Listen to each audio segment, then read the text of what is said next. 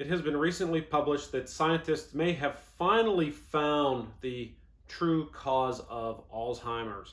There's been a lot of groundbreaking research over the years, and a lot of this research has circled around the amyloid plaques that build up in the brain.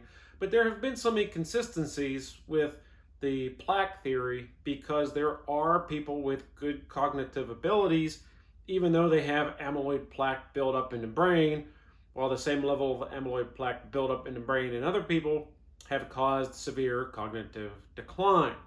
There have also been medications on the market that try to inhibit the amyloid plaque growth, and it, at the very best, slows down cognitive decline by maybe a few months to maybe best cases a few years.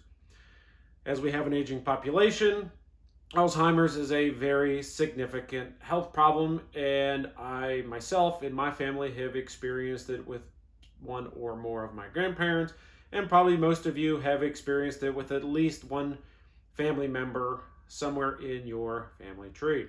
So what's the new groundbreaking research? Well, after 10 years, Harvard Medical School has released information on that the amount of lithium in your brain may be the root cause of Alzheimer's. Now, this is from data over 10 years with studies in lab mice, while also sampling human brain tissue and blood. One particular thing they noticed about human brain tissue was that people that did have a cognitive decline had much lower levels of lithium in their brain versus people who did not. With this data, they did research in mice, and the research in mice backed up the story about the lithium versus the amyloid plaques. So the researchers noted that the lithium in the brain would get sucked up by the amyloid plaques. And this may be the reason why amyloid plaques cause the cognitive decline in Alzheimer's cases and why these plaques are present in Alzheimer patients' brains.